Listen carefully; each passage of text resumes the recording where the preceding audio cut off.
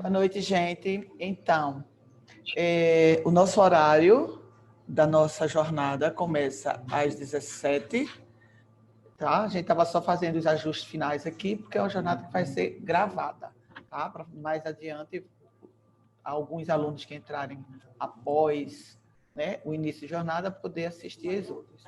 Então, a nossa jornada começa hoje. Eu sou Ângela Dias, fisioterapeuta, e vou sempre estar como mediadora de todos os palestrantes. Quero dar bem-vinda a todos os alunos, todos os participantes.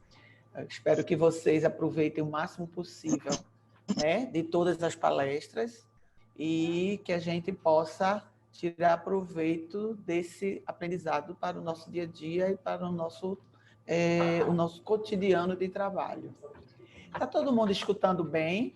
Faz um ok, quem estiver escutando bem, ou responde. Tudo bem? Sim, certo. Está tudo ótimo. Está tudo ótimo, né? Isso. Jóia. Então, eu vou passar para vocês, antes de a gente começar a palestra de Janaína, que é a nossa professora que vai dar início à nossa jornada, ela é a primeira palestrante. Eu gostaria de falar para vocês mais ou menos como que a gente vai proceder para que vocês consigam ir seguindo o raciocínio, tá? A nossa palestra, de cada professor, ela vai durar 1h30.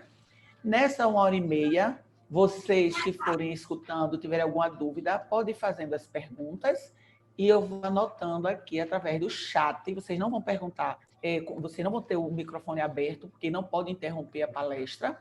Vocês vão fazer as perguntas através do chat, que é esse balãozinho que tem aí embaixo na tela de vocês. E eu vou fazendo as anotações das perguntas de vocês, das dúvidas, e no final a gente vai ver as perguntas que realmente dê para a gente responder, ok?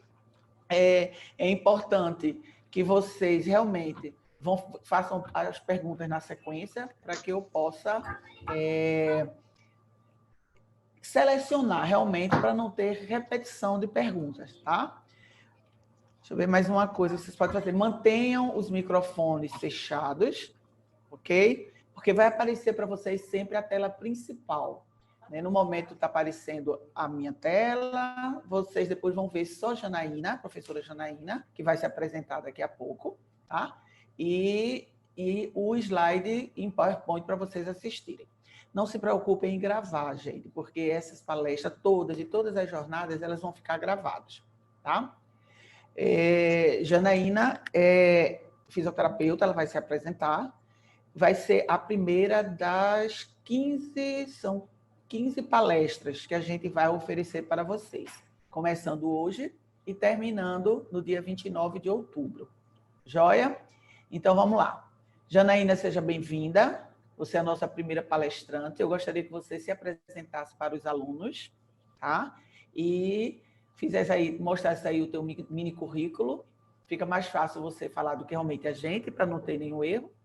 E depois, logo em seguida, você vai iniciar a tua palestra. E durante 1h30, você vai ter esse espaço para apresentar os teus conhecimentos e os alunos vão perguntando, vão fazendo tirando as dúvidas por perguntas e eu vou anotando. E qualquer coisa, a gente, na sua dúvida, alguma coisa também, eu estou aqui para te ajudar, tá bom? Em relação à dúvida, em relação ao procedimento certo de como a gente funciona, ok? Está escutando bem, não está? Tá ótimo. Vocês me escutam bem? Muito bem. Deixa eu só compartilhar aqui a minha tela. Já tá bom aí? Tá aparecendo? Está aparecendo, sim. Tá? Ai, que ótimo. Então, eu sou Janaína, meu nome é Janaína, sou fisioterapeuta. Primeiro, eu queria desejar uma boa noite, uma excelente noite a todos, agradecer. É uma honra para mim estar aqui e fazendo a abertura dessa jornada. Eu recebi esse convite com muita alegria e muita satisfação e preparei essa palestra com um carinho e um amor enorme.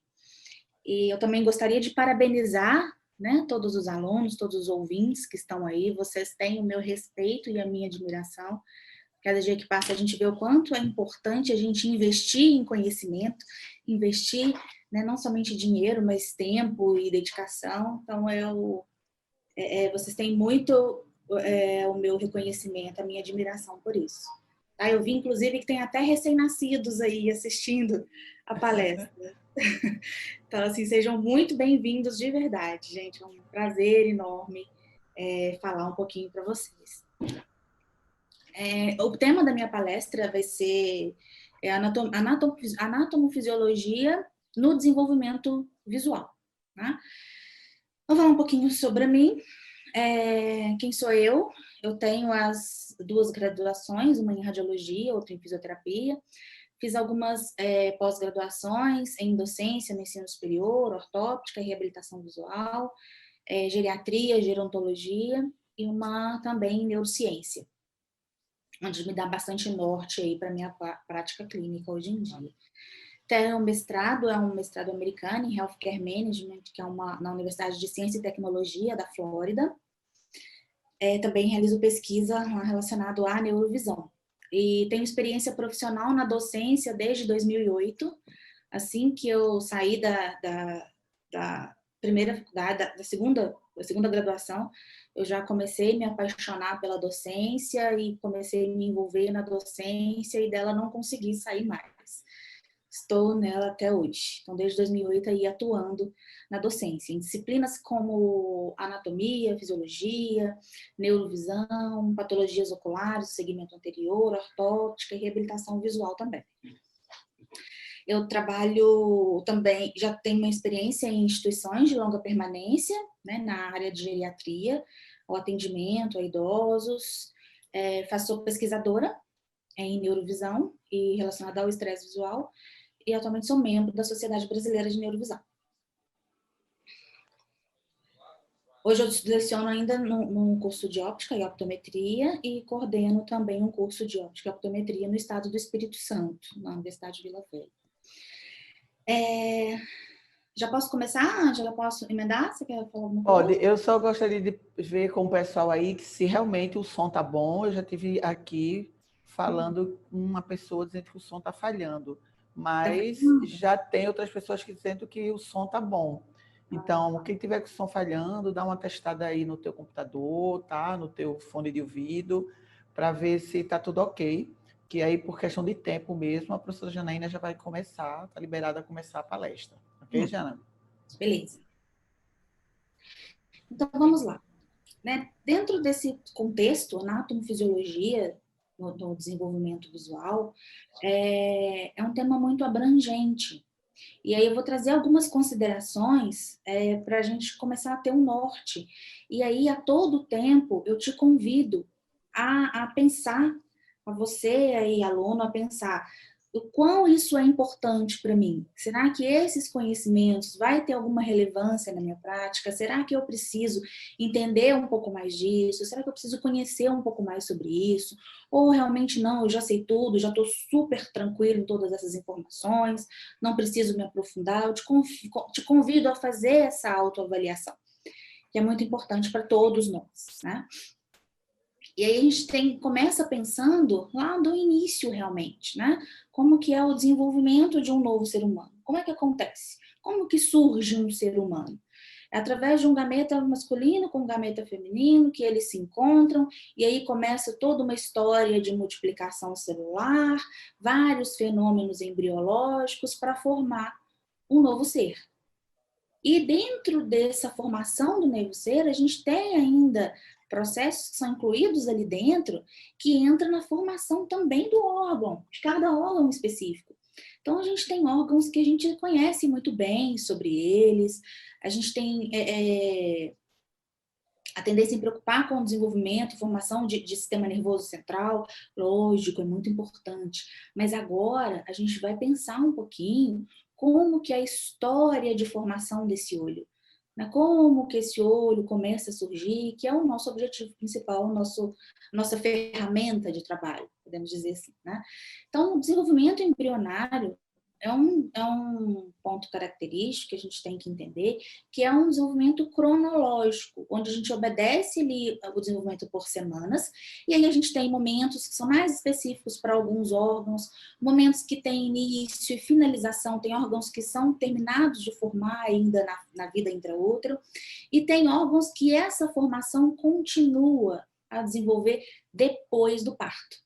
E aí, dá uma olhadinha aqui, ó, no gráfico, né, acompanhando o sistema nervoso central, os olhos é um exemplo desses que ainda continuam a sua formação.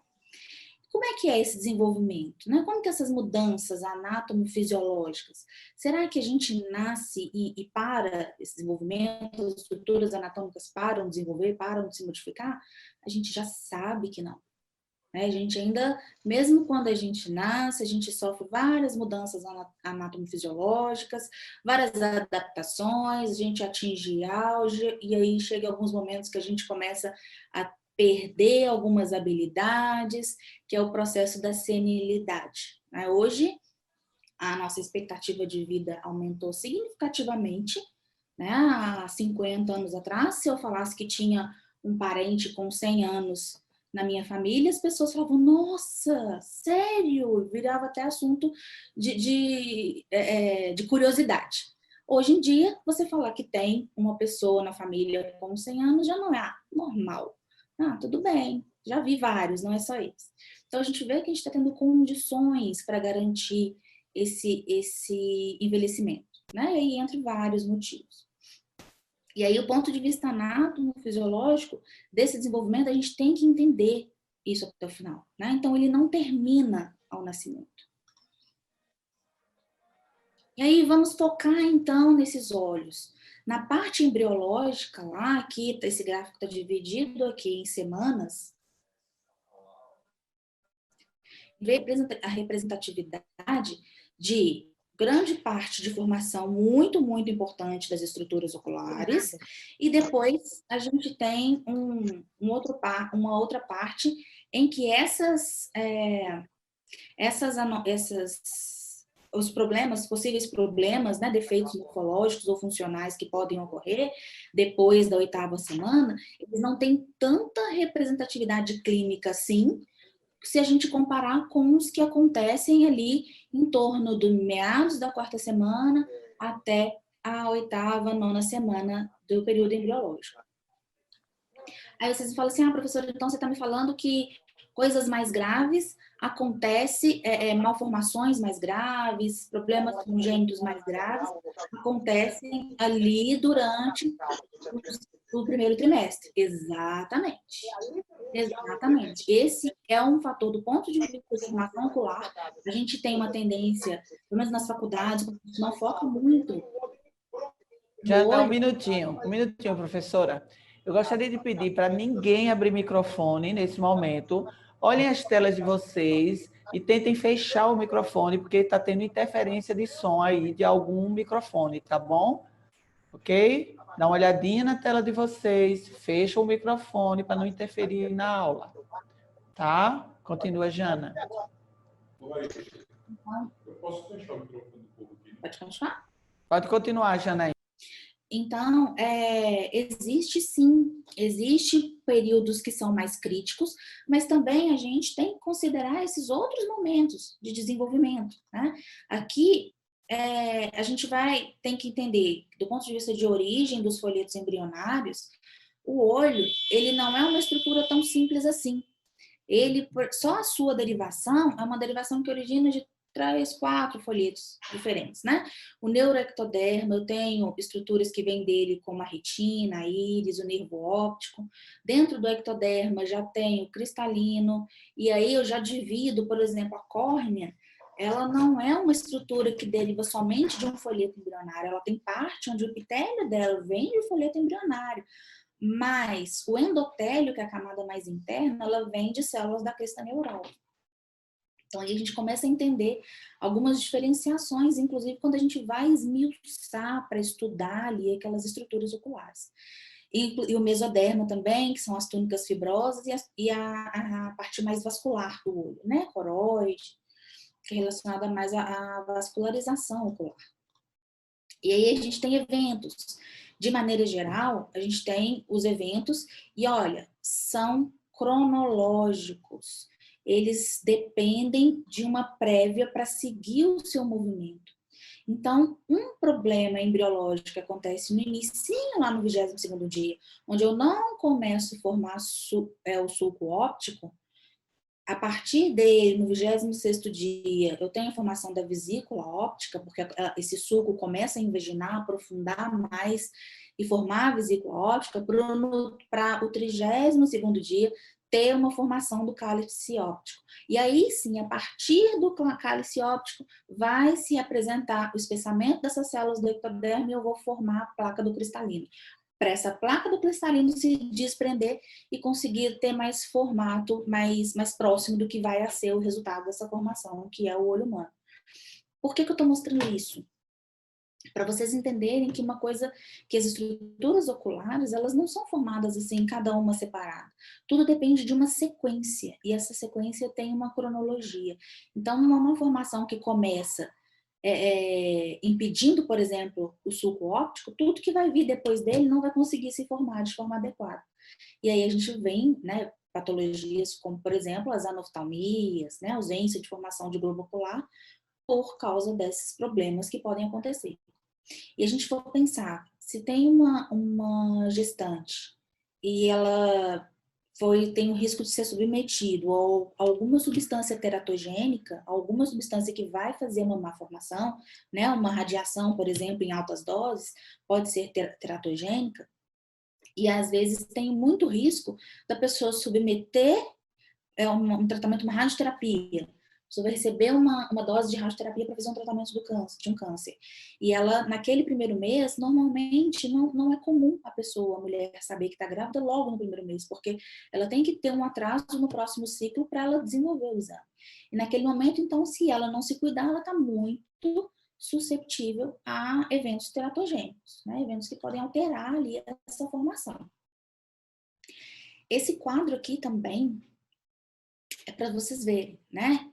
A série de eventos que acontecem de acordo também, a gente observa a origem de ordem cronológica, né?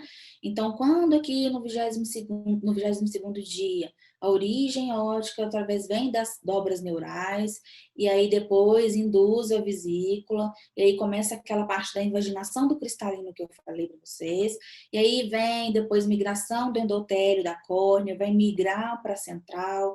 Tudo isso aqui são eventos e eventos necessários para que ocorra uma formação ocular adequada. Com a formação ocular adequada, eu vou ter uma anatomia adequada, e a anatomia adequada eu garanto uma boa condição para que tenha uma boa fisiologia. E observa, né? A gente acha, então, devo preocupar somente com o primeiro trimestre. Não. Tem uma série de eventos que acontecem durante os meses seguintes, né? E aí a gente começa a pensar, e aqueles bebês prematuros? Professora do céu, como é que funciona? Um bebê que nasceu pelo menos antes de completar os 7 meses, aquele prematuro extremo, né? Todos esses eventos que aconteceriam num ambiente adequado, que é o ambiente intraútero, ele vai ter que acontecer dentro de uma incubadora, né? Ou se é um bebê que tem uma condição, é raro, mas às vezes se é um bebê prematuro que ainda tem uma condição de ter alta, né? Se ele nasceu com menos de 2 quilos e com mais de 2 quilos e tem condição de ter alta, e tem aparelho respiratório bom, tem condição de ter alta para casa, todo esse desenvolvimento ocular aqui, ó, os melanócitos da coroide que estão começando a produzir pigmento, o degalçamento da fóvea, a formação dessa lâmina crivosa. Então, assim, são estruturas retinianas extremamente importantes que a formação do músculo ciliar dentro do corpo ciliar, que ele tá ligado diretamente ao processo de acomodação, de mudança do cristalino para fazer essa acomodação. Então, isso tudo vai acontecer naqueles bebês prematuros extremos de uma maneira não tão ideal, que o ideal é ele na casinha dele, lá no útero, até completar os 9 meses para essas estruturas que precisam receber uma série de enzimas, de moléculas via placentária para conseguir fazer todo esse desenvolvimento ocular que precisa ser feito, né? E aí, chegar no 9º mês, que é em torno de 37 a 40 semanas, onde já temos vasos da retina alcançando ali a periferia, a gente começa a ter uma mielinização do nervo óptico, está chegando até na lâmina crivosa, e a membrana pupilar já começa a aparecer para já ter uma resposta, uma penetração maior naquela pupila.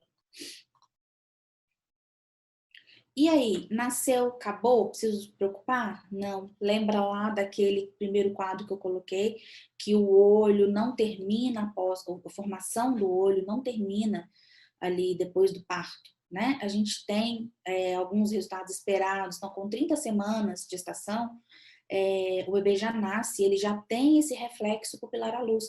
Por quê? Porque no 9º mês, aquela membrana da pupila, ela já foi absorvida, ela já foi fagocitada.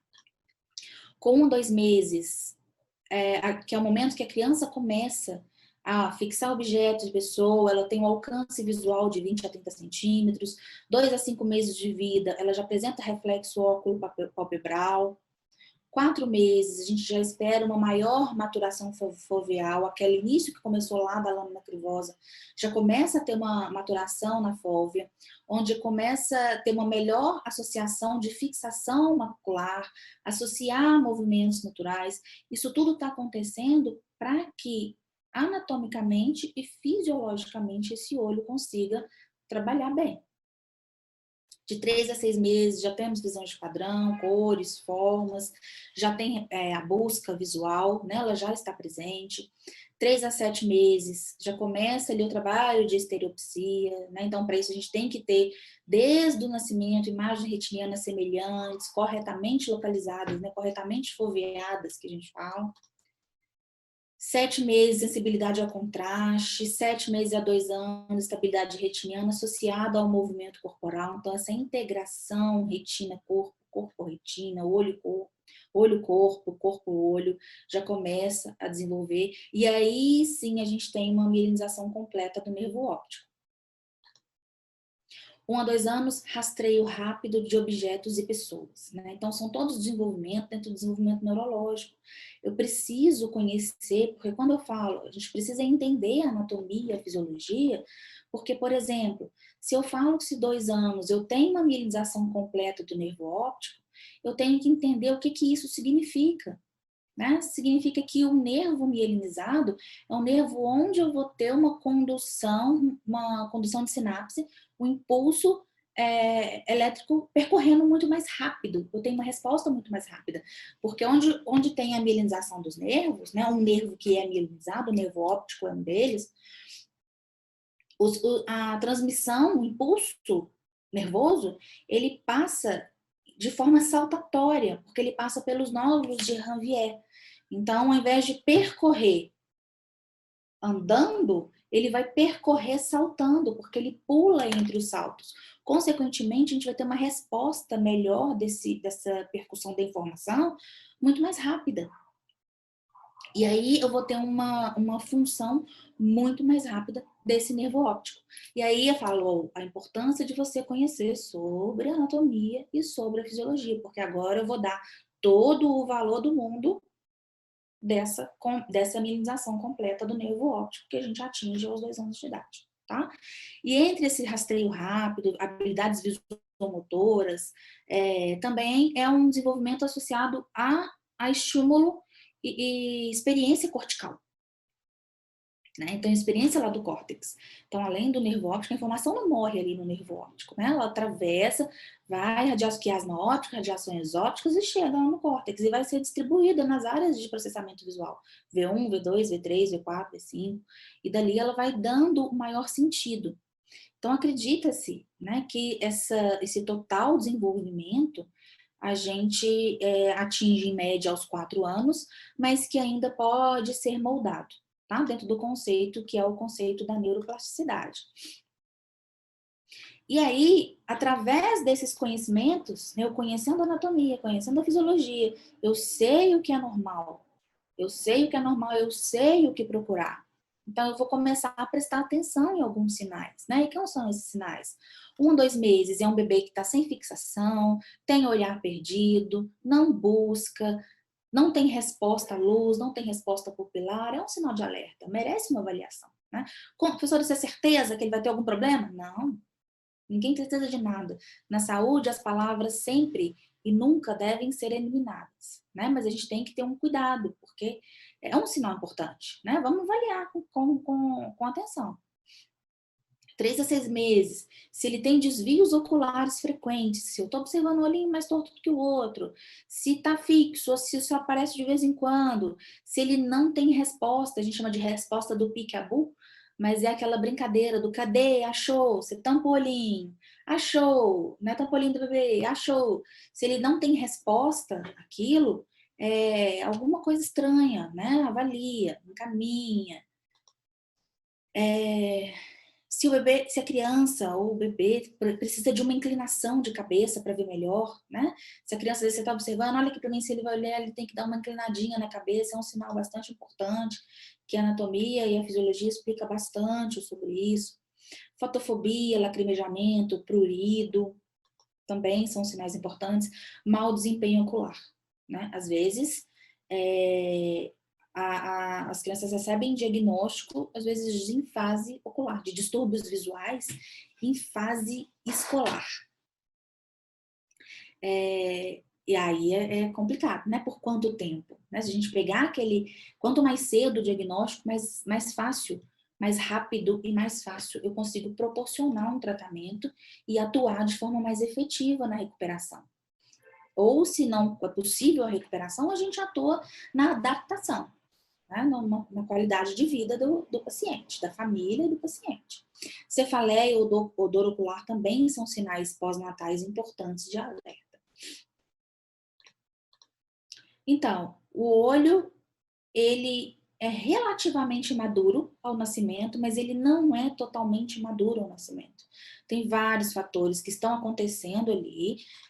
O estímulo, o sistema visual tem uma correlação muito incrível e sensacional, espetacular e maravilhosa com a neuroplasticidade, né? Aí que nos dá no mesmo momento que nos dá uma incerteza de que a gente ainda sabe muito pouco sobre esse assunto, mas nos dá uma tranquilidade de que uma promessa que a gente ainda se pode pesquisar muito e se pode chegar a muitas coisas boas através de boas pesquisas feitas.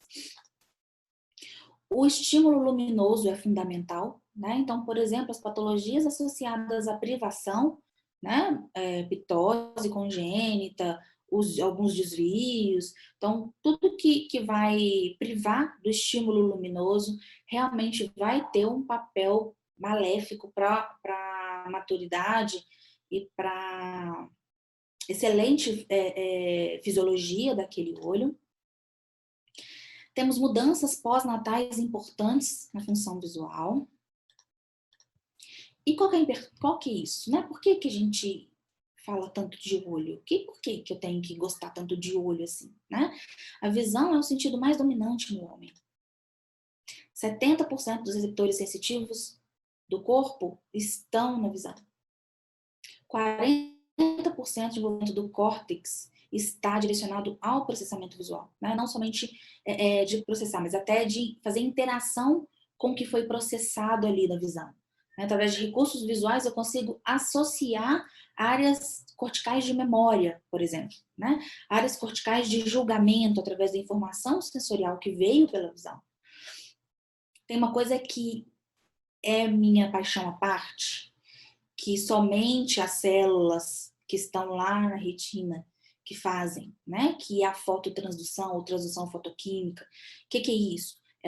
O olho pega estímulo luminoso, essas células, através de várias reações, associação com 11-cis retinal, mais a rodopsina, faz um emaranhado de trabalho molecular e enzimas, e aí a gente vê a importância da vitamina A, tudo ali, porque a 11-cis retinal é derivado do retinal, que é a vitamina A, para transformar o que entra, que é a luz, vai transformar aquilo em impulso elétrico, que é a linguagem que o nervo óptico usa e a linguagem que o cérebro usa. Né? Então, nenhum lugar mais do corpo faz isso. Transformar energias. Então, o que é a importância, né, do conhecimento no desenvolvimento visual? Né? É um período crítico de alterações desse desenvolvimento, coincide com a atividade do período em que ele está ativo. Bases desse tratamento estão ligadas diretamente ao conhecimento desses aspectos. Então, se eu não conheço o que é o normal, eu não vou identificar o anormal e eu não vou nunca conseguir propor alguma base de tratamento. Não vou conseguir propor nada, porque eu não tenho meu padrão de referência. Então, você precisa conhecer muito bem a anatomia, a fisiologia, conhecer a interação dos sistemas, para você partir daquilo ali, você conseguir ver o que está fora do normal, se é patológico ou se é realmente uma disfunção, e atuar efetivamente naquilo. E aí você vai usar também esse conhecimento do desenvolvimento visual, inclusive para se embasar em alguns tratamentos ou alguma técnica, às vezes, que eu quero criar, ou que eu quero desenvolver, pesquisar e protocolar. Informações etiológicas e cronológicas são extremamente importantes, né? Então, conhecer essa origem etiológica, né, de alguns distúrbios, de algumas dificuldades, me ajuda, inclusive, a falar para um paciente: olha, o seu problema eu consigo resolver. Olha, o seu problema eu não consigo resolver. Eu vou te encaminhar para um cirurgião fulano de tal. Olha, o seu problema eu consigo resolver parte dele, mas eu vou te ajudar dessa forma, mas você vai precisar também de o profissional X para me ajudar a te dar um tratamento mais completo. Tá? Então, por que às vezes eu tomo essa decisão? Né? Considerando e conhecendo aqueles fatores etiológicos. Às vezes o problema aconteceu lá ainda na vida intraútero, que a gente começa a observar agora. E o que é esse sentido da visão? Né? A visão me dá informações, e são informações realmente muito importantes. Através de tudo que eu consigo ver, né, enxergar, eu estou tomando informação de forma, contorno, eu faço uma relação, uma comparação de figura-fundo, eu faço uma análise, uma visão boa, com uma boa funcionalidade, ela não me permite realizar simetria entre objetos, ela me permite definir profundidade, ela me permite fazer análise, detalhamento de superfície. Com isso também, através dessa análise prévia, eu estou apta a identificar objetos, a fazer o reconhecimento do objeto. Então, a gente tem uma habilidade de identificar e saber detalhes do objeto, e eu tenho habilidade de saber se eu tive alguma experiência prévia com o objeto ou não, tá?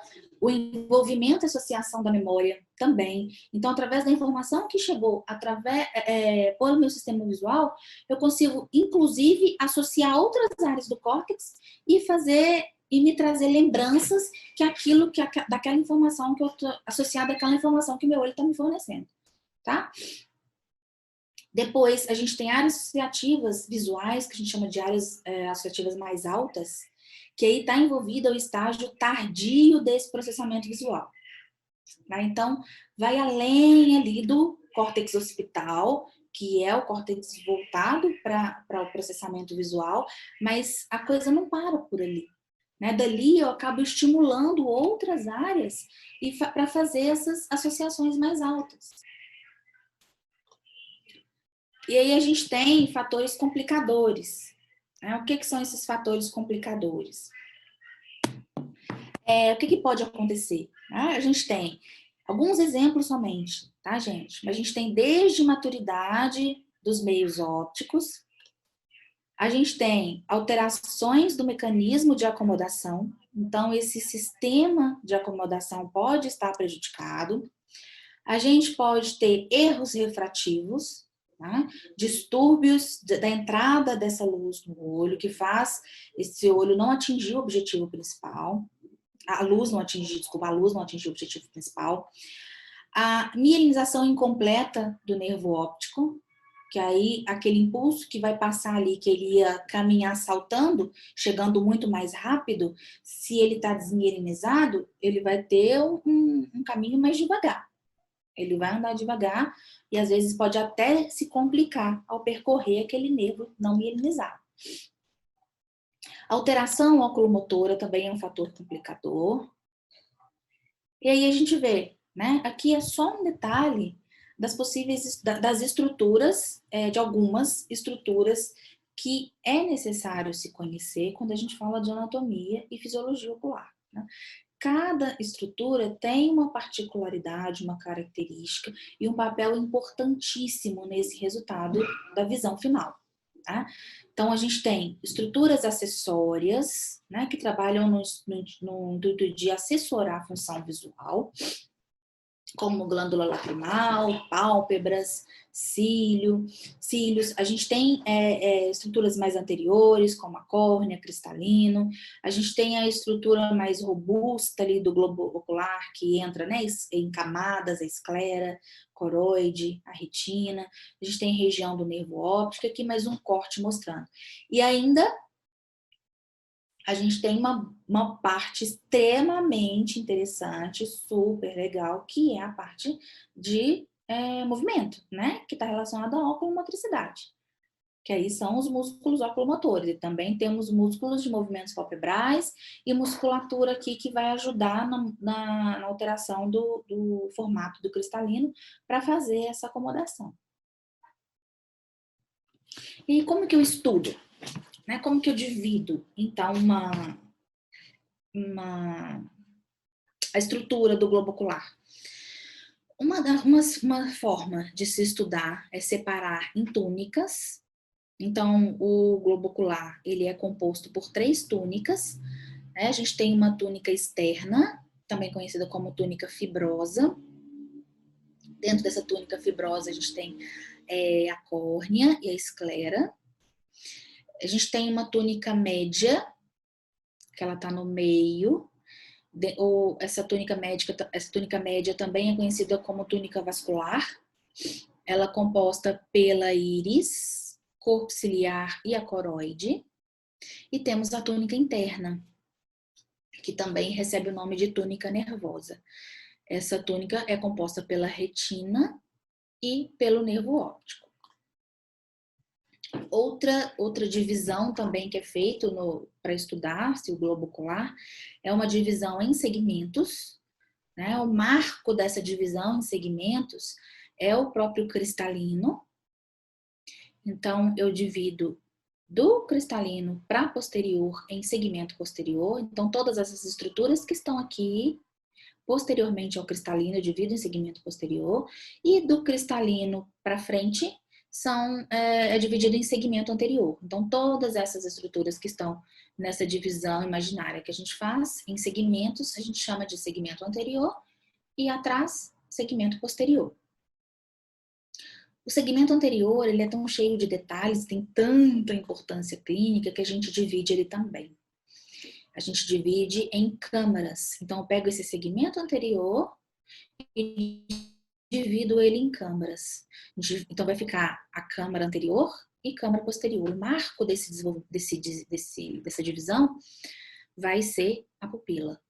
Tá? E ela é muito importante para poder, inclusive, é um lugar onde tem a passagem do humor aquoso.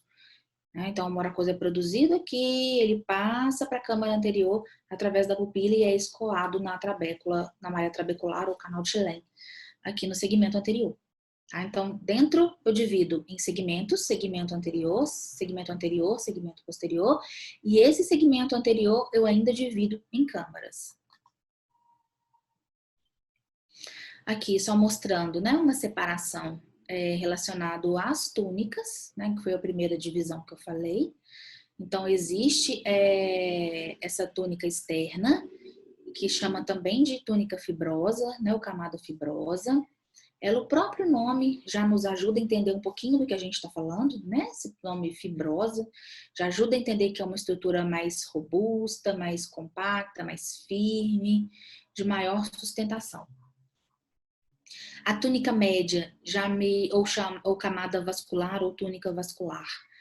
Também o nome já me ajuda muito a entender sobre ela, né? Vascular, eu sei que é onde vai ter vasos, né? Grande maioria de vasos, vai ter muita importância pelo seu papel da fisiologia de nutrição, que se tem muitos vasos, está levando sangue, então vai ter um papel importante nutricional.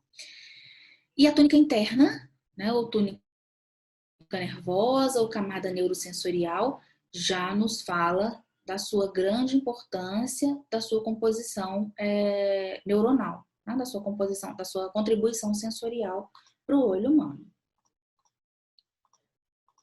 Então, túnica externa, córnea e esclera, túnica média, íris, corpo ciliar e coroide, túnica interna, retina, nervo óptico, e a gente tem os anexos, né? Aparelho lacrimal, pálpebras, musculatura oculomotora e a musculatura das estruturas palpebrais. Não só musculatura, mas várias estruturas, a gente tem inclusive glândulas ali muito importantes palpebrais para a formação e escoamento do filme lacrimal. Então, aqui, ó, só dentro do ponto de vista do aparelho lacrimal, né, olha como que a anatomia, a fisiologia considera, ela não isola somente a glândula lacrimal, ela ainda tem composição para formar um bom filme lacrimal, mas eu preciso também das glândulas palpebrais, por exemplo, uma glândula que chama glândula de Meibômius, ou glândula meibomiana. Essa glândula é extremamente importante porque é ela que produz a parte gordurosa, a parte lipídica do filme lacrimal. Se ela tiver, por algum motivo, incapacitada de fazer essa produção e essa excreção dessa parte lipídica, a minha lágrima que está distribuída aqui para ajudar na higienização, lubrificação, proteção desse olho, ela vai evaporar. E vai desenvolver vários distúrbios relacionados a que a gente chama de síndromes relacionadas ao olho seco. Então, assim, uma simples glândula lacrimal, às vezes a gente acha que é só ela, mas a gente tem que considerar também que outras estruturas, como estruturas palpebrais, glândulas de neurônios e até mesmo as células caliciformes, que estão lá dentro da conjuntiva, não estão nem perto da glândula lacrimal, tá? Olha como que as estruturas oculares são estruturas extremamente íntimas, próximas e que têm uma fisiologia completamente particular e peculiar. Tá? Então, a gente acha às vezes que a conjuntiva só tem vasos da conjuntiva. Não, a gente tem células ali caliciformes também que vão ajudar na composição desse filme lacrimal. Então, isso que eu falei para vocês, né? São estruturas com uma fisiologia extremamente específica, né? Detalhosa, que faz um trabalho altamente especializado, mas diferente de anatomia de outras regiões, de outros órgãos, são estruturas que estão muito íntimas, muito próximas, e isso dificulta um pouco o estudo da anatomia ocular, né, da anatomia e da fisiologia ocular. Às vezes a gente está achando que algum distúrbio está acontecendo por um problema que na musculatura extrínseca, e na verdade o problema é na pupila. Tá? Então a gente tem que conhecer as estruturas oculares como um todo.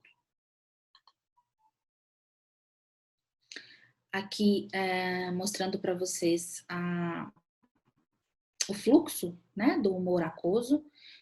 Então, é uma outra estrutura também muito importante, né? A gente sabe que inconsistência desse humor aquoso traz patologia grave, que é o glaucoma. A gente tem vários tipos de glaucoma, não somente relacionado a glaucoma com pressão intraocular alta.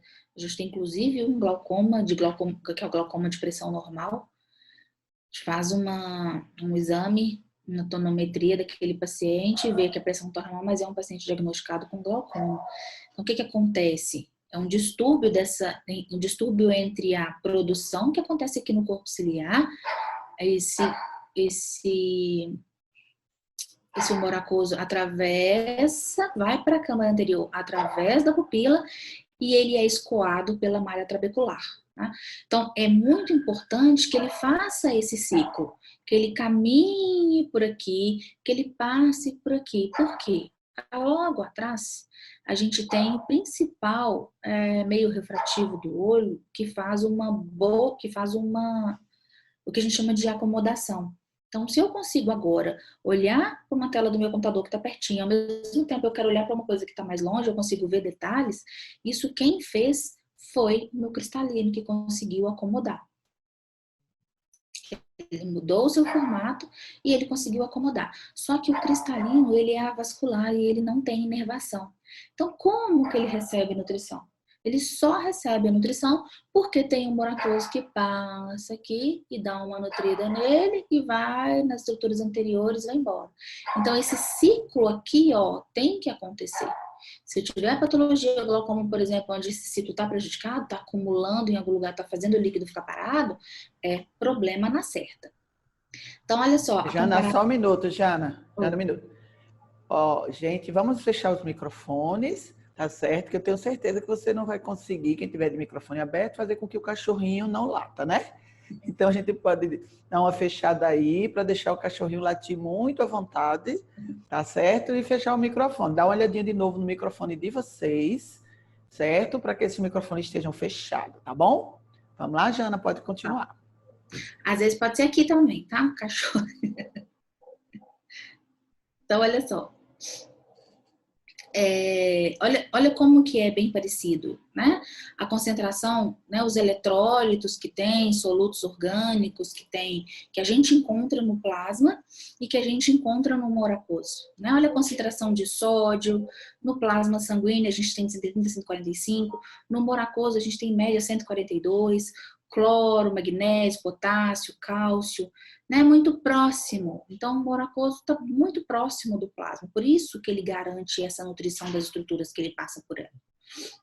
Olha a glicose, né, estruturas importantes, ureia, são estruturas metabólicas muito importantes para a vitalidade de um órgão. E a gente começa a entender a importância desse humor aquoso quando a gente faz essa comparação dos componentes entre um e outro. Então, essa fluidez do humor aquoso é uma coisa, e outra coisa é o comportamento do cristalino, né? A gente tem ali o corpo ciliar, onde esse humor aquoso é produzido, mas pertíssimo desse corpo ciliar, a gente tem o músculo ciliar, que ele, através dos ligamentos presos aqui na periferia do cristalino, ele vai mudar o seu formato. Ah, professora, você falou que o cristalino não tem inervação, então como que ele movimenta? Ele movimenta a partir de um movimento realizado pela musculatura ciliar. Ele responde a uma força de tensão dessa musculatura ciliar. E em relação à oculomotricidade, né? O que a gente tem de considerações importantes? Uma é a existência de musculatura. Não é surpresa. Alguns falam assim, nossa, mas tem músculo no olho? Que isso? Tem músculo no olho. Né? E não tem um só, não. A gente tem a musculatura, que a gente chama de musculatura oculomotora, além desse músculo ciliar, além de alguns músculos relacionados à constrição pupilar, músculos na pálpebra, a gente também tem músculos voltados para a movimentação ocular. Movimentação ocular é muito importante para fazer com que a imagem chegue de forma simétrica e síncrona lá na fóvea. Que se isso não acontecer, eu vou ter distúrbios de percepção de imagem. Né? Então, quem são esses músculos? A gente tem 4 retos, sendo aqui superior, um que a gente chama de reto superior. Embaixo a gente tem um reto inferior. A gente tem um lateral, que chama reto lateral, e um mais medial, que chama reto medial. Então, esses são os retos, e a gente tem outros 2 que fazem voltinha, que a gente chama ele de oblíquo. Então, tem esse em cima, que é o oblíquo superior, e tem o de baixo, que é o oblíquo inferior. Então, toda essa posição, né, eles se originam do anel de Zinn, e aí vem e se insere na esclera. A partir dessa inserção dele na esclera, é que ele, ao fazer uma contração, ao realizar o seu papel de agonista, por exemplo, ele vai rotacionar o olho em direção à ação do seu agonista. Então, é aí que vem toda a biomecânica de movimentação ocular, né? E isso é tão importante que isso é usado como técnica cirúrgica, por exemplo, para se corrigir um desvio. Então, às vezes esse músculo aqui está uma hiperfunção, está com alguma malformação congênita ou algum problema na fibra, o cirurgião vai ali e decide soltar essa inserção dele e recuar alguns milímetros para trás, para melhorar esse alinhamento, essa biomecânica dele. Outra consideração muito importante que a gente tem que pensar ao avaliar essa musculatura ocular é a sua inervação. A inervação já nos diz muito sobre o comportamento da movimentação que aquele olho está fazendo, né? Me interessa o movimento que o olho faz sozinho, mas diferente de braços e pernas, o olho só funciona bem se ele trabalhar em conjunto. Né? Se a gente for olhar membro superior ou membro inferior, eles não precisam tanta trabalho em equipe assim. Né? Eu consigo dar uma boa função para os membros superior ou membro inferior, fazendo movimentos completamente diferentes, movimentos em sentidos diferentes. Já no olho, a coisa não funciona desse jeito. Um olho, para ele ter uma boa funcionalidade, ele precisa de sincronismo na movimentação ocular. Eu acho que o cachorro é aqui, viu? E aí, depois desse bom sincronismo que tem aí, a gente consegue avaliar, através dos testes, né, o que está acontecendo e ter uma ideia. Se eu não entendo da anatomia, da origem e inserção do músculo, se eu não entendo da inervação do músculo, deixa eu só voltar aqui que eu não falei da inervação. Existem, então, nervos cranianos que vão levar informação motora para aquele músculo. Só que não é o mesmo nervo para todos, né? A gente tem um terceiro par craniano, que é o oculomotor, que ele vai inervar grande parte dos músculos oculomotores. O nome dele já ajuda bastante, nervo oculomotor. Mas ele vai inervar o reto superior, ele vai inervar o reto medial, ele vai inervar o oblíquo inferior, e ele vai inervar o reto inferior. E o reto lateral vai ficar responsável para o sexto par craniano, que é o abducente. E o oblíquo superior, ele fica a cargo de ser inervado pelo quarto par craniano. Tá? Então, existem inervações específicas para músculo específico. Então, tem músculo que ganha uma inervação para ele sozinho. E já tem músculos que dividem inervação com o par craniano, com o terceiro par craniano. E além desse terceiro par craniano, além da musculatura oculomotora, ele manda também fibras eferentes lá para a musculatura ciliar e para a constrição pupilar. E aí, quando as próximas palestras, quando os próximos professores falarem com vocês, tríade de acomodação, a tríade, o que quer dizer isso? É porque o mesmo nervo que está inervando, levando informação contrátil para aquele grupo muscular de responsabilidade dele, ele também tem fibras que vai controlar a acomodação pelo controle da contração da musculatura ciliar, ele também tem fibras que vai controlar a miose. E a partir desses resultados, eu tenho lá os meus movimentos, tá? Então, eu tenho movimento de dextrosupraversão. Então, sempre quando tiver nomão, né, nome muito grande, a gente sabe que tem combinação de movimento. Tá? Dextro é um movimento, supra outro movimento. Então, dextrosupraversão, a gente sabe que é para cima e para a direita. Só para cima a gente chama de supraversão, para cima e para a esquerda a gente chama de levosupraversão, somente para a direita a gente chama de dextroversão, somente para a esquerda a gente chama de levoversão, para baixo e para a direita a gente chama de dextroinfraversão. Para baixo somente a gente chama de infraversão, para baixo e para a esquerda a gente chama de levo-infraversão. E a posição primária, né, a posição inicial, que a gente respeita aqueles conceitos básicos lá de anatomia, uma das primeiras aulas de anatomia que a gente recebe quando entra na faculdade sobre a posição anatômica. A gente fala, para que eu estudo isso, meu Deus? Para isso aqui, ó. Tá? Onde eu vou classificar a posição primária do olhar. Tá? Onde tem que ser centralizado e alinhado para frente. Então, essa tríade, esse mecanismo de acomodação, né, que eu já falei para vocês, né, mas aqui só mostrando, o cristalino, ele muda o seu formato, respondendo uma ação, uma contração dessa musculatura ciliar, que aí, por ela ter uma conexão ao ligamento suspensor do cristalino, quando está contraído, ele puxa e consegue mudar o formato do seu cristalino.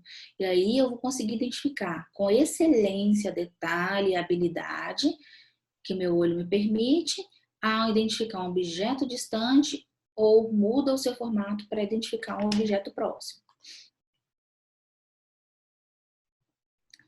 E aí a gente entra numa coisa muito legal também, que é a retina, né? A retina é um capítulo à parte. É a retina onde acontece, onde começa a dar sentido à visão, onde começa a ter trabalho ali. O que tem de coisa importante? A gente tem que saber que a retina é formada através de camadas. Então, a gente tem camada de epitélio pigmentado, a gente tem a camada das células fotorreceptoras, que são os cones bastonetes, a gente tem membranas, que tem uma membrana externa que serve para limitar e sustentar, a gente tem a membrana interna também, e depois tem camada nuclear externa, camada plexiforme, camada nuclear interna, plexiforme interna, camada de células ganglionárias e camadas de fibras nervosas. Né? A gente tem 5 camadas, que são camadas ligadas, são camadas que a gente considera camadas neurológicas. E elas fazem algum trabalho. Né? Então, quando a luz entra, essa luz incide lá na camada de fotorreceptores e faz aquela transdução fotoquímica, né? Faz aquela tradução. Então, entrou luz, atravessou, chegou aqui, aqui faz todo o processo de tradução. A partir desse momento, tudo que será comunicado ali para frente não é mais na linguagem luz, é na linguagem impulso elétrico. Outra coisa muito importante também na retina, que é base para um bom funcionamento do olho, é a localização, né? Como que é distribuído esses fotorreceptores lá no fundo de olho. Né? Então, a gente sabe que mais próximo à região da fóvea, a gente tem uma maior concentração de cones. Então, esses cones são células específicas em absorver, em trabalhar com detalhe, em classificação de cor, e ele trabalha em ambientes altamente iluminados. Eles são especialistas em altas iluminações. Já quando eu venho mais para a periferia, né, considerando o centro como a fóvea, quando eu vou mais para a periferia, seja nasal ou temporal, eu vou tendo uma diminuição do cones e vou tendo um aumento da quantidade de bastonete, que é a outra célula fotorreceptora. Com bastonete, ela trabalha muito bem no escuro e ela trabalha muito bem na detecção de movimento. Então, é um tipo de habilidade que eu tenho na detecção de movimento, mas eu perco nessa periferia, eu perco a habilidade de reconhecer detalhes, tá? Porque quando a gente usa mais a localização como recepção de luz, se eu trouxer essa direcionamento de luz, tirar da fóvea, eu vou perder em detalhe, eu vou perder em cor. Por isso, a nossa grande preocupação, principalmente quando eu falo da motilidade ocular, em fovealizar a incidência luminosa. Né? A gente se preocupa muito com que os raios luminosos atinjam a fóvea. Por quê? Porque eu quero que quando ele chegue na fóvea, tenha células específicas para dar detalhes da informação visual que a pessoa precisa. Porque se esse detalhe for aqui na periferia temporal ou na periferia mais nasal, eu não tenho a quantidade das células receptoras de cones lá o suficiente para fazer essa identificação. E aí eu perco o quê? Qualidade visual, tá? Então, só aqui só mais uma outra imagem para a gente ver, né, a localização, aqui um corte sagital, onde a luz entra, atravessa os meios refrativos, atravessando os meios refrativos, inclusive com a participação do cristalino de ajuste de acomodativo, atravessa, e isso tem que chegar nessa região para eu ter uma boa qualidade visual, né, com detalhe, identificação de cor e tudo mais.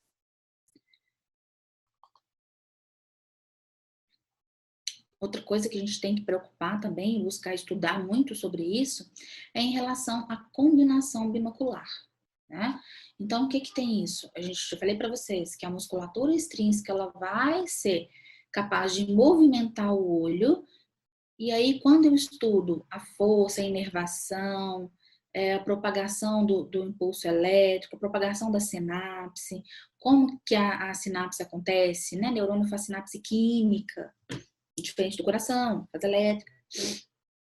Mas dentro da sinapse química, por que é tão bom para mim ter um nervo óptico mielinizado completamente? Né? Porque no final das contas, esse olho que está anatomicamente, que fisiologicamente íntegro, ele vai funcionar dessa forma aqui, ó, com campo visual contando com a participação dos dois olhos simultâneos.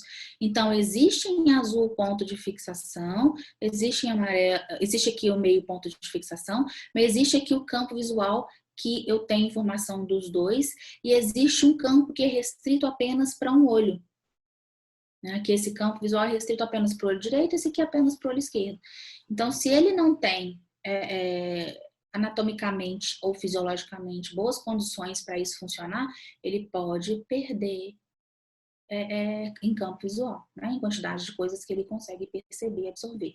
Aí a gente vai pensar, ele vai perder da interação neurológica com a coisa? Lógico, né? Com certeza. A gente viu que 40% do córtex está envolvido em trabalhar e tratar essas informações que vêm a partir disso daqui, ó. Né? Então, depois que passa por ali, atinge a retina, passa por aquelas células, passa pelos meios refrativos, atinge a retina, passa pelas células fotorreceptoras, faz lá a modificação, aí já está prontinho para ser entendível aqui por esses meios neurológicos, e aí vem, a gente tem uma parte que a gente chama de temporal, e a gente tem uma parte da retina que a gente chama de retina nasal, tá? Aqui nasal porque o nariz está aqui, temporal porque o osso temporal está aqui. Então a gente tem fibras que são perceptíveis, né? As fibras nasais, elas se cruzam ao nível do quiasma. Então a informação que entrou aqui atingiu a retina na sua parte nasal, quando ela for chegar no córtex visual, ela vai atravessar. Coisa que não acontece com as fibras temporais. Elas mantêm o que a gente chama de ipsilateral. Elas se mantêm do mesmo ladinho que chegou. Então, essa decussação que acontece aqui no quiasma óptico também é muito importante, tem uma importância clínica fundamental e não somente da questão do ponto de vista oftálmico. Também é muito importante do ponto de vista neurológico.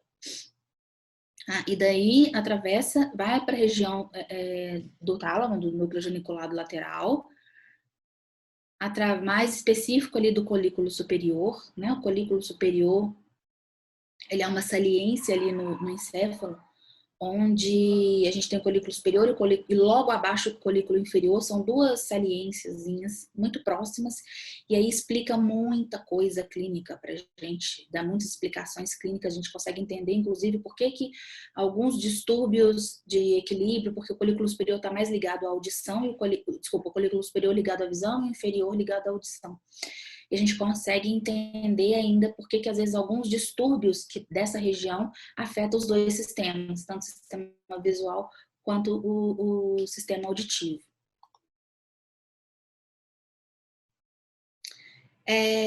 Então vamos para as nossas considerações finais, né? Conhecimento da anatomia e fisiologia, então, é base para um bom atendimento em qualquer área da saúde visual. Não importa se você é médico oftalmologista, se você é optometrista, se você é fisioterapeuta ocular, se você é terapeuta ocupacional, se você é um pedagogo que está se especializando nessa área. Não importa se você quer dar uma atenção ideal para a saúde visual, se você quer trabalhar com isso, se você quer ajudar dentro dessa área, o conhecimento da anatomia e fisiologia visual, além do conhecimento da anatomia e fisiologia, da neurofisiologia, também é muito importante, tá? Para você ter base para um bom atendimento. Olho é completamente diferente de visão, né? Não significa que eu tenho estrutura anatômica ocular íntegra, que eu vou ter uma boa visão, ou que eu vou ter uma visão funcional, uma visão que está perfeita, não necessariamente, né? A gente tem problemas corticais, a gente tem problemas aí desse trato óptico que precisa ser avaliado, precisa ser investigado. Então, a gente entender sobre isso, que não significa somente que o paciente tem uma boa refração, mas ele tem uma alteração da motilidade ocular, mas ele pode ter uma boa refração, boa motilidade, ele pode ter alterações palpebrais, ele tem boa alteração, ele tem boas função palpebral, boa função lacrimal, boa motilidade, ele tem boa refração, mas ele ainda pode ter problemas de processamento visual, tá? Então, é preciso pensar muito sobre isso, né? Eu tô tendo um olhar para a visão, ou eu estou pensando somente nessas estruturas anatômicas e fisiológicas do órgão olho. É uma estrutura extremamente apaixonante, né? Com características anatômicas e funcionais ímpar, são detalhes que a gente não encontra em lugar nenhum do corpo, e que se interrelacionam. Então, às vezes, o problema está manifesto em uma estrutura, mas a gente ainda precisa dar uma olhadinha, uma atenção maior para as outras estruturas vizinhas, porque a gente tem que considerar esse relacionamento entre elas. Ah, isso é muito, muito importante também. Necessário buscar aprofundamento constante em neurofisiologia e neuroanatomia. Tá? Por quê? A gente sabe que essa plasticidade, esse desenvolvimento, essas habilidades neurológicas, elas são sem fim, sem limites. E a gente ainda conhece muito pouco dentro do que é do processamento visual. A gente ainda sabe de comprovações científicas, a gente ainda sabe muito pouco. Então, quem tem interesse, quem gosta de pesquisar na área, é muito bem-vindo para ajudar a gente a descobrir mais sobre isso com mais certeza, né? Com mais relevância, inclusive. E ainda é um desafio, né? Que é o que eu já falei, que é um desafio na ciência, o completo saber na área da visão, considerando todo o processamento visual e considerando toda a inter-relação e a importância para o encéfalo, que é o olho. E não somente o encéfalo, mas também para o corpo todo, para a posturologia, enfim, são infinitas as possibilidades e é um desafio para a gente, como cientista, como pesquisador, conhecer isso tudo. Só uma mensagenzinha para vocês. Obrigada. Existem duas formas de a gente enfrentar a vida. Uma é com orgulho, acreditando que a gente sabe tudo. E outra é com humildade, reconhecendo que a gente ainda tem muito que aprender. Aqui minhas referências.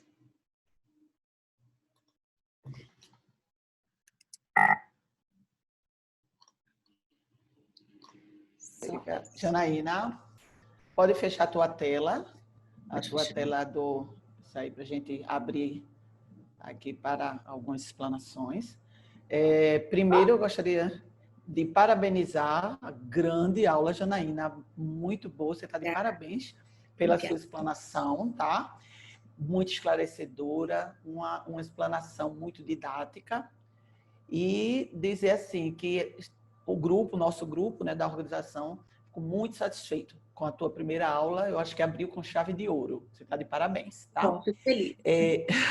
Espero que todos tenham gostado. Tivemos algumas colocações aqui do grupo. É difícil perguntas para anatomia, porque eu acho que a anatomia a gente gosta mais de ouvir, né, do que de perguntar, e é um esclarecimento básico para a gente continuar a nossa jornada e dar início à segunda parte. Eu digo que divide-se em duas partes. A primeira é a anatomia, a segunda o resto, porque a anatomia ela é super, super importante e a base para a gente ter a ideia do que a gente vai ver nas próximas aulas, que vai acontecer todas as terças e quintas. Eu queria aqui dizer que, só complementando o que a Janaína falou, né, se ela me permitir, quando ela falou das profissões, todas muito importantes, a gente pode incluir também aí as ortoptistas, né? A ortóptica, porque existe os ortoptistas também. Seria a ortóptica, que é de extrema importância para o trabalho da reabilitação visual. Tá? Então, Tereza Cristina foi quem colocou aí a questão do ortoptista. Realmente, Tereza Cristina, você tem razão. Concordo também. Apresentando a importância de estar. Respondendo algumas questões, Então, se perguntou muito se vai ter acesso ao material didático. Então, foram várias pessoas, a Franciele, o Gabriel, tá? Teve uma outra pessoa, a Carla, que perguntou se vocês vão ter acesso.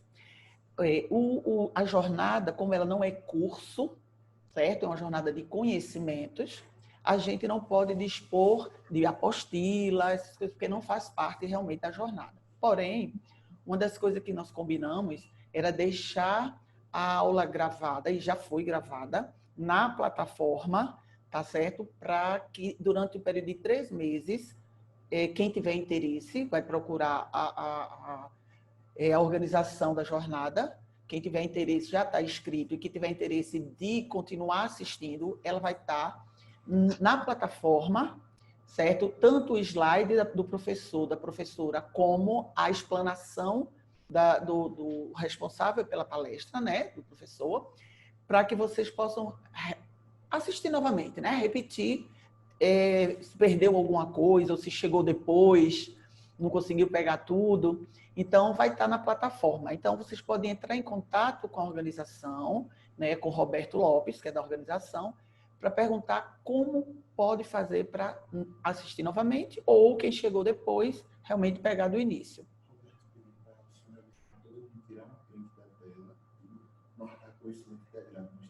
Pronto.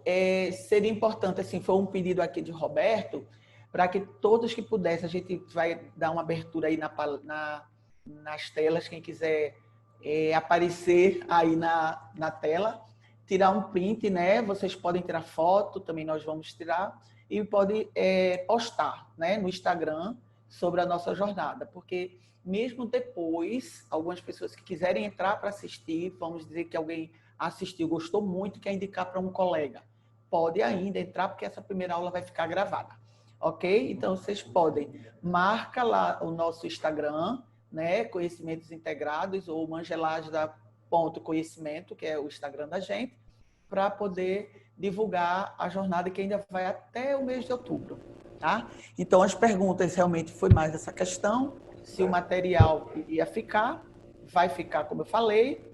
Agradecer a professora Janaína. Vocês podem abrir agora, quem quiser, pode abrir a tela, tá? Abrir para a gente tirar uma foto, certo? Quem estiver participando, a professora. E alguns alunos que quiserem aparecer aí para tirar uma foto, a gente vai fazer a foto aqui da tela toda, tá? Vamos abrir aqui. Gente, pode ser descabelado mesmo. Pode ser descabelado, com o menino no colo. Deixa eu ver aqui. Vamos abrir aqui. Joia! A gente vai colocar lá no Instagram, mostrar que vocês estavam aqui participando com a gente. Hoje também aconteceu um pouquinho mais da demora, porque a gente começou um pouquinho depois, porque foi a apresentação, adaptação, primeiro dia, então a gente demorou um pouquinho mais e terminamos depois das 20 horas. Quero parabenizar todos pela participação. Nosso colega aqui, que é o responsável aqui pela gravação, vai tirar uma foto de todos nós. Quem quiser abrir... tá aqui. Vou fazer uma foto que a gente vai postar, tá? Esse primeiro dia. Olha o cachorrinho, tá vendo? Eu acho que foi você, viu, Janaína? Eu acho que é, gente. Acho que o cachorrinho foi seu. Home office tá um problema. Ajeitando o cabelo, botando batom, menos os rapazes. Olha, Salvador da Pátria, um rapaz... Eu não sei se é impressão minha, mas eu acho que as mulheres são mais estudiosas. Não é verdade? Mulheres, né? Deixa eu só mandar um beijo para os meus alunos. Pode mandar, Janaína. Beijo da tia.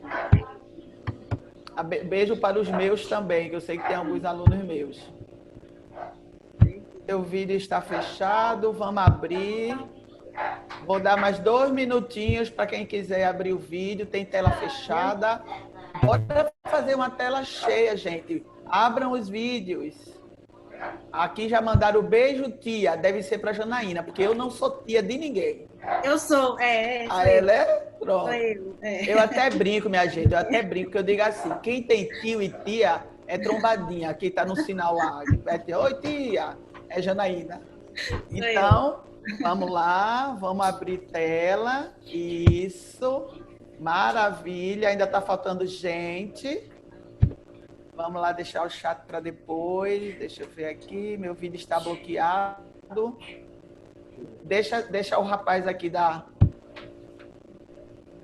Carol, você assistiu a aula, professora? Que maravilha! Você viu que sucesso aí, Janaína, dando aula? Olha, gente, eu garanto a vocês que é disso para melhor. Todos os nossos professores são gabaritados. Vocês vão ver que vocês não vão se arrepender de toda terça e quinta estar junto com a gente estudando. Meu vídeo está bloqueado. É o vídeo de Rodrigues. É Rodrigues, é? Não sei. Não, o Júlio César Barbosa Rodrigues. Ó, Valque Bárbara abriu. Valque Bárbara, quanto tempo? Celso, abre teu vídeo. Michele, para a gente deixar... Isso, Celso, abre o vídeo. Daniela, para ficar a tela bem bonitinha, cheinha. Aí agora, vocês não põem mais chat para poder... A gente... Isso, tá faltando só... Isso, para Carolina, tá aí... Ele está tentando abrir aqui. Não estou conseguindo abrir o vídeo, Daniela. Nós temos aqui um... Eu sou BIOS, bicho ignorante operando o sistema. Mas eu tenho aqui um colega que sabe mexer em computador. Só é tocar na tela. Ensina aí para o pessoal. Toca na Toca tela. na tela e aparece a câmerazinha embaixo e toca na câmera. Pronto. Josiane, também não. Josiane, abre, toca na tela, vê a câmerazinha aparecer embaixo e toca nela. Acho que abriu toda. Deixa eu ver, fecha aí para ver se tem todos. Tá toda a tela. É tu que tem que fechar em cima, né? Ou sou eu aqui?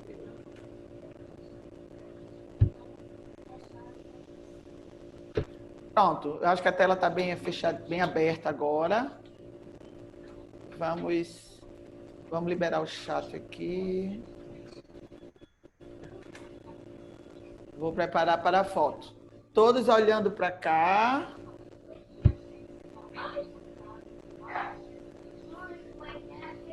Tela cheia. 1, 2, 3. Sorrindo. Daniela, tua foto, tua área está muito escura. Quase tu não aparece. Daniela Cristina. Vou tirar outra. Joia! Boa noite a todos. Grande beijo. Durmam bem, durmam com os anjos. Sonhem com essa palestra maravilhosa de Janaína. Tá? E a partir de próxima terça-feira, quem vai estar dando a palestra sou eu. Joia? Eu vou fazer um complemento da de Janaína, porque eu vou pegar tudo isso que ela falou e vou mostrar algumas patologias que podem levar o paciente a ter problemas visuais, não só sensoriais, como motores.